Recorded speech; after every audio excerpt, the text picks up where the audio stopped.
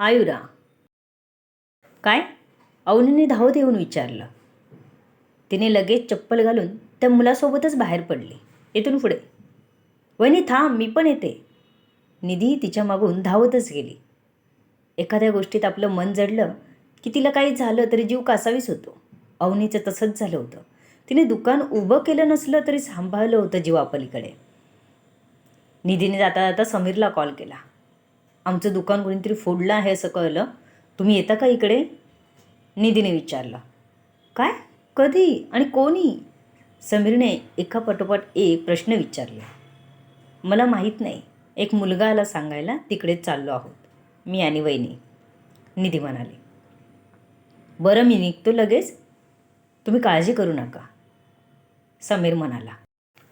Phone cut होताच त्याने लगेच देवेशला कॉल करून सांगितलं आणि बाईक स्टार्ट केली. वाऱ्याच्या वेगाने तो निघाला. त्याच्या डोक्याची शिर तडतड उडत होती. फोकस, जबाबदार आणि प्रचंड राग त्याच्या नजरेत दिसत होता. हँडलवर हात घट्ट करत तो आपला राग कंट्रोल करत होता. त्याच्या विचारांचं चक्रसुद्धा त्याच्या बाईकच्या चाकासारखं वेगाने पळत होतं. कोणी केलं असेल हे सगळं? कधी केलं असेल?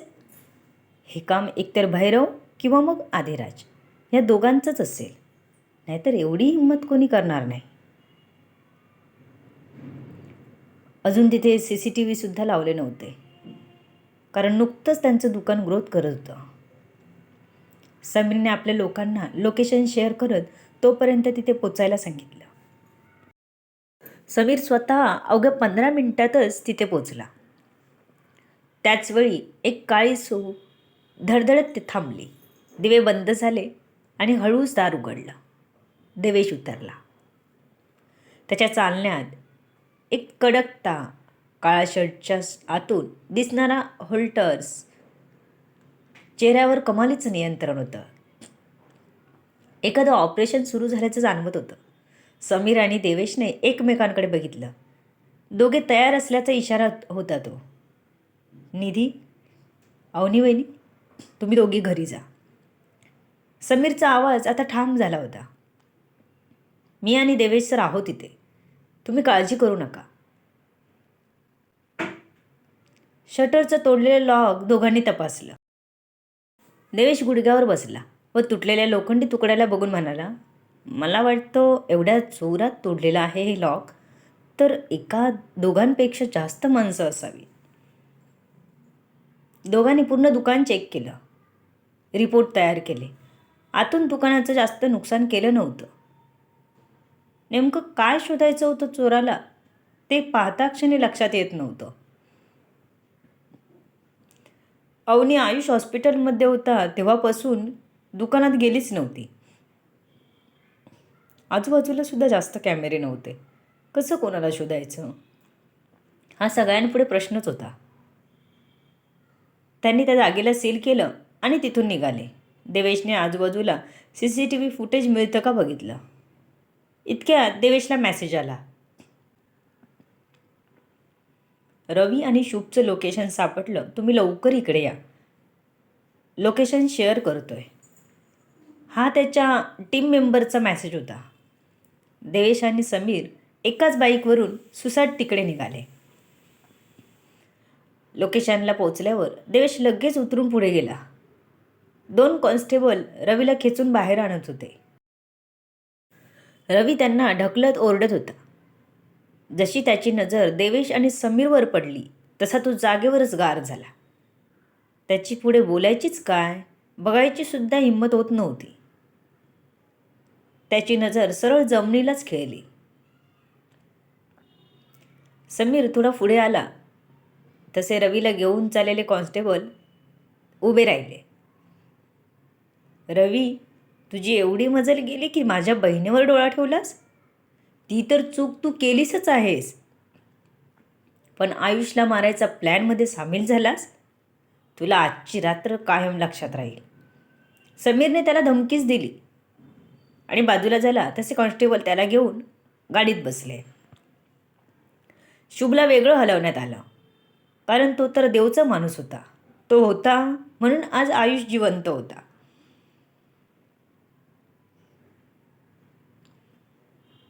रवीला चांगलं मार देऊन विचारायचं होतं. शुभला तिथून दुसरीकडे हलवायची अफवा करून दूर पाठवलं, कारण शुभ हा देवेशचा माणूस होता. नाहीतर आदिराजची चाल कळलीच नसती आणि आयुषचा जीव गेला असता. त्यामुळे शुभला शिक्षा मिळणारच नव्हती. तो एक ऑपरेशनचा भाग होता. रवीला मात्र खरं बोल म्हणून भरपूर चोप मिळणार होता. त्यानंतर त्याला पोलीस कोठडीत ठेवून जेलमध्ये रवानगी होणार होती. समीर, हा रवी घातकी आहे. त्याने तुझ्या बहिणीला मिळवायला आयुषला मारायला तयार झाला, देवेश म्हणाला. किती खालच्या पातळीला उतरला हा रवी. त्याला भरपूर कलम लावून जेलमध्येच ठेव. बाहेर येऊ द्यायचं नाही. मी मामा मामींना सांभाळेन, समीर म्हणाला. त्याला चांगला मार देणार मी. लक्षात राहील त्याच्या कायम, देवेश म्हणाला. बरं, आदिराजचा काही शोध लागला का? लपून बसायला एक नंबर आहे तो, समीर म्हणाला. आपण थोडे दिवस शांत राहू. त्याचा बापच त्याला शोधून काढेल, तेव्हाच आपणही पोचायचे देते, देवेश म्हणाला. हो, मी त्याच्या घरातल्या स्टाफमध्ये कोणी घुसवायला मिळतं का बघतो, समीर म्हणाला. ओके, बी केअरफुल, देवेश म्हणाला. कारण शुभला किती रिस्क होती आणि कोणकोणत्या दिव्यातून जावं लागलं होतं हे देवेशने बघितलं होतं. शुभला काही होऊ नये म्हणून तो नेहमी सतर्क राहायचा. किती काळजी घ्यावी लागायची. समीरने मान हलवत हुंकार भरला. समीर आणि देवेश रस्त्याच्या कडेला उभे राहिले. रात्रीची हवा जड झाली होती. रवीला घेऊन जीप निघून गेली होती. त्या रस्त्यावर आता फक्त दोघांची सावली हलत होती. समीरने एक दीर्घ श्वास घेतला आणि विचारलं, देवेश सर, आता पुढचा टप्पा कोणता? देवेशने सिगारेटची शेवटची कच घेत ती खाली टाकत पायाने विझवली. त्याची नजर एका ठिकाणी स्थिर झाली. त्यात एक स्थैर्य होतं. आपण आदिराजचा शोध घेऊच, पण थोडा थांबून, देवेशने सांगितलं. कारण कितीही पोस्ट मोठी असली तरी अनुभव हा नेहमी मोठा असतो. त्यामुळे देवेशचे डिसिजन हे समीरपेक्षा नक्कीच स्ट्रॉंग आणि विचारपूर्वक होते. ओके, सध्या आपण आयुषच्या घरी जाऊ. तिकडे काय चालले ते बघून येऊ, समीर म्हणाला. आणि त्याने बाईक चालू करून दोघेही आयुषच्या घरी निघाले. अवनी आणि निधी किचनमध्येच होते. घरात वातावरण शांत दिसत होतं. समीर, देवेश दोघेही आत आले. आई बाबा अजूनही बाहेर आले नव्हते. त्यामुळे समीर आणि देवेशच्या लक्षात आलं, निधी आणि अवनीने घरी काहीच सांगितलेलं दिसत नव्हतं. अवनी वहिनी, घरात काही माहीत आहे का? देवेशने विचारलं. तसं अवनीने मान हलवली. एवढी मोठी गोष्ट सगळ्यांपासून लपवून ठेवायची म्हणजे कठीणच काम होतं. आयुष कुठे आहे? समीरने विचारलं. भाऊजी आत बेडरूममध्ये आहेत, अवनीने सांगितलं. ओके, आम्ही जातो, त्याच्याशी बोलून घेतो, देवेश म्हणाला. आणि दोघेही आयुषच्या बेडरूमकडे गेले.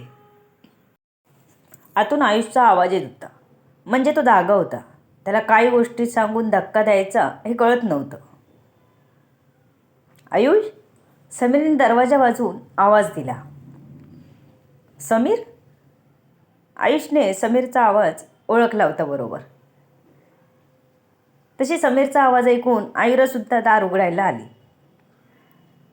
येऊ का? पाय कसा आहे? देवेशने विचारलं. हो या, आहे ठीक आता. एका दिवसात थोडीच बरा होणार आहे. पण मला घरी येऊन मनाला शांती मिळाली, आयुष म्हणाला. मला कळलं तुझी शांती कुठे आहे. देवेश आयुराकडे बघून त्याची फिरकी घेत हसला. तसा आयुष अगदी मनापासून हसला. त्याला पटलं होतं. आयुरा मात्र एकदम लाजली. तुम्ही बसा बोलत, मी चहा आणते. तिने लगेच तिथून बाजू काढली. वहिनी, थोडा वेळ कोणालाच पाठवू नका. झालं की सांगतो चहाचं. आयुषशी बोलायचं आहे आम्हाला दोघांना, देवेश म्हणाला. ठीक आहे ठीक आहे, आयुराने लगेच हसून बोलली आणि निघून सुद्धा गेली. किचनमध्ये अवनी आणि निधी आज नेहमीसारखी मस्ती करत नव्हते, शांत होत्या. एवढी शांती का आहे आज? आयुरा किचनमध्ये दोघांच्या मध्ये येऊन उभी राहत म्हणाली, काही नाही ग, ये ना, तुला चहा देऊ? अवनीने लगेच चेहरा हसरा केला तर निधीने सुद्धा आपला चेहरा नीट केला. खोटं खोटं असून त्या दोघी आयुराशी बोलत होत्या. हो चालेल, द्या मला थोडासा, आयुरा म्हणाली. अवनी आयुराचे नेहमी लाड करायची, त्यामुळे आयुरासुद्धा हक्काने तिच्याकडे मागायची. कसं सांगू, कसं बोलू, हे प्रश्न तिला कधी पडलेच नाहीत. अवनी एकदम मोठ्या बहिणीसारखी वाटायची तिला. अवनीने लगेच तिला चहा दिला. आयुराला आत्ता काही कळू देणार नव्हत्या. जेव्हा अगदीच तिला काही संशय आला तर सांगावं लागणार होतं. आयुष, तुझी खरंच 7:30 सुरू आहे वाटतं, देवेश म्हणाला. आता काय नवीन झालं सांगा, मी तयार आहे ऐकायला. आता मी माझ्या मनाची तयारीच करून ठेवलेली आहे. जोपर्यंत आदिराज आपल्या हातात मिळत नाही तोपर्यंत काही ना काही ऐकायला मिळत राहणार, आयुष म्हणाला. तुमचं दुकान कोणीतरी फोडलं, अजून विक्टीम मिळाला नाही. आम्ही आत्ताच बघून आलो आहे. तुझ्या आईबाबांना आणि सुगीला काहीच सांगितलं नाही. अवनी वहिनी आणि निधीला माहिती आहे, समीर म्हणाला. आयुष थोडा वेळ शांत झाला, काहीच बोलला नाही. त्याने किती मनाची तयारी केली असली तरी असं काही ऐकायला मिळेल असं वाटलंच नव्हतं त्याला. त्यामुळे 2 मिनटं सुन्न झालं मन. मग त्याने स्वतःला सावरलं आणि हसला कसा नुसा. काय चोरीला गेलं, आयुषने विचारला. आतून तरी काहीच नुकसान झालेले दिसत नाही, फक्त शटर तुटलेले दिसत आहे. बरं, एकाचं काम दिसत नाही, 2-3 जण असावेत असं वाटतं. मी आजूबाजूला CCTV बघितले आहेत, काही क्लू मिळतो का बघू. अजून एक, रवी सापडला, त्याला पोलीस कोठडीत पाठवलं आहे. देवेशने त्याला जेवढं जमेल आठवलं तेवढं पटपट आयुषला सांगितलं. आता त्याला काही बोलायला आणि विचारायला सुद्धा मन करत नव्हतं. तो एकदम शांत झाला होता. आयुष, तू ठीक आहेस ना, देवेशने विचारला. हो, मी आहे ठीक. पण अधिराज किती दिवस हे सगळं करत राहणार? कदाचित त्याची ही चाल असेल. थोडा वेळ आपलं लक्ष बाजूला झालं त्याच्यावरून की मग तो कुठे लपलाय तो बाहेर पडेल, आयुष म्हणाला. अजून जरी काही सिद्ध झालं नसलं तरी सगळा रोग त्याच्याचकडे आहे. पण आपण त्याला सोडायचं नाही. सध्या काहीच घाई करायची नाही आहे. थोडे दिवस एकदम शांत राहायचं, सावध राहायचं, देवेश म्हणाला. हो, तसंच करू. भैरव आदिराजला प्रोटेक्ट करायला काही ना काही करेलच ना, समीर म्हणाला. थोडा वेळ तिघांचं या विषयावर बोलून झालं. समीर, आई मला म्हणाली की तुमच्या बाबांचा ॲक्सिडेंट भैरवने केला म्हणून. काय करायचं ठरवलं आहेस, आयुषने विचारला. एक प्रॉब्लेम आहे पुरावा मिळवायचा. जर तो ड्रायव्हर मिळाला तर आपल्याला सोपं जाईल. बाकी 15-16 वर्षापूर्वी कुठे होते कॅमेरे एवढे? आत्ता सगळीकडे कॅमेरे झालेत. बघू अजून काही पुरावा मिळतो का. फाईल स्टडीसाठी पाठवली आहे, काय होतं कळेल. वकिलाला भेटलो आहे, होईल म्हणाला आहे, समीर म्हणाला. ओके, आयुष म्हणाला. समीर, काही मदत हवी असेल तर मला नक्कीच सांग. तू इकडेच लक्ष दे, मी आदिराजची केस सांभाळतो, देवेश म्हणाला. बरं, सगळं बोलून झालं असेल तर आपण चहा घेऊ, आयुष म्हणाला. हो हो, मस्त फक्कड चहा सांग वहिनींना. हे टेन्शन काय, एक गेलं का दुसरं हजर, समीर म्हणाला. हो, सांग लवकर. देवेशने सुद्धा आपली संमती दर्शवली. अभिनंदन भावा, देवेश आयुषजवळ येत म्हणाला. आत्ता कशासाठी अभिनंदन? आयुषसुद्धा कन्फ्यूज झाला होता. एकदा अभिनंदन करून झालं, आता कसलं अभिनंदन करतोय? अरे त्या दिवशी वहिनी समोर होत्या, त्यामुळे जास्त बोलता आलं नाही, म्हणून पुन्हा करतोय अभिनंदन. देवेश म्हणाला. आता दोघं उगाच तुम्ही माझे टांग खेचत राहू नका. मी काय मोठा तीर नाही मारलाय, आयुष म्हणाला. हो, पण आता प्रमोशन तर झालं, मग पार्टी नको का? असाच सोडणार नाही मी तुला, समीर म्हणाला. बरं बाबा, तुम्हाला काय आवडतं ते सांगा, आपण घरातच प्लॅन करू, आयुष म्हणाला. कारण सध्या तरी ते बाहेर जाऊ शकत नव्हते. ओके ओके, देवेश आणि समीर म्हणाले. आयुषने आपल्या मोबाईलवरूनच कॉल केला, कारण सध्या तरी तो काही स्वतःहून उठून जाऊन काहीच करू शकत नव्हता. आयुरा लगेच चहा घेऊन आली. चहा पिऊन दोघंही निघून गेले. देवेश सर, तुम्ही पुढे जाऊन थांबा, मी निधीला भेटून येतो, समीर हॉलमध्ये येऊन म्हणाला. नाही, मी थांबत नाही, मी पोलीस चौकीत चाललो, तू ये सावकाश, देवेश म्हणाला आणि खाली आला. देवेश आता सरळ गाडीतून तिथून पोलीस चौकीत निघून गेला. निधी हॉलमध्ये आल्यावर समीरने आवाज दिला. तशी अवनी किचनमध्ये, तर आयुरा बेडरूममध्ये परत निघून गेल्या. तुम्ही? निधीला वाटलं तो आपल्याला न भेटताच निघून गेला की काय. तिचं मन नाराज झालं होतं खरं तर. तुला काय वाटलं मी गेलो, समीरने हसत विचारलं. तिने मान्य केलं होतं आपल्याला काय वाटलं ते. अरे ऐसे कैसे जाएंगे हम, जान तो यही पे बसी है मेरी, ये सुंदर सा मुकड़ा ना देखूं तो दिल भी सुने ना मेरी, पाव तो हमारे आपके पास आ ही जाते हैं, आपके सिवा कोई जन्नत ना हमारी. वाह, तो जनाब शायरी करने लगे, मस्त. निधीने हाताने दाखवलं. निधी इकडे ये. समीरने तिला आपल्या जवळ बोलावलं. काय? ती एकदम सिरियस होऊन त्याच्या जवळ आली. समीर पुढे झाला आणि तिच्या गालावर आपले ओठ टेकवले. हे तिला अनपेक्षित होतं. ती एकदम लाजली. तिचा चेहरा एकदम आनंदी झाला. तिला वाटलेलं काहीतरी दुकानाविषयी सांगायला म्हणून तू जवळ बोलवत असेल, म्हणून ती थोडीशी टेन्शनमध्ये होती. पण आता तिच्या चेहऱ्यावर थोडी लाली पसरलेली दिसत होती. ती काहीच बोलली नाही. तिची तर त्याच्याकडे बघायची सुद्धा आता हिंमत होत नव्हती. तिला अजून पळणारच की उठून लगेच त्याने पकडला. नाहीतर एकदा जर आत गेली असती ती, की मग त्याला गप्प निघून जावं लागलं असतं. इथे इथे पाहिजे पप्पी, समीर हट्ट करावं तसं गालावर कपाळावर बोट दाखवत म्हणाला. गप्प बसा.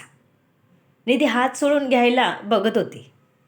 शेवटी मग तोच पुढे झाला आणि त्याने तिचं डोकं आपल्या हातात पकडलं. आपल्या गालावर आणि कपाळावर तिचे ओठ स्वतःच टेकवून घेतले आणि मध्येच चान्स घेत तिच्या ओठावर सुद्धा हलकेच आपले ओठ टेकवले आणि लगेच बाजूला झाला. का हे म्हणून भेटायला नको म्हणाले मी, माधवी मोठ्याने म्हणाली. तसं समीरने निधीला लगेच सोडूनच दिलं. To be continued. सर्व गोष्टी जाणून घेण्यासाठी येणारे पुढचे भाग वाचायला आणि ऐकायला विसरू नका. तुमच्या अमूल्य प्रतिसादाची आतुरतेने वाट बघते. लेखिका शब्दवेदी उर्फ संतोषी गजानन राणे पाताडे. धन्यवाद. या कथेला जास्तीत जास्त लोकांपर्यंत शेअर करा.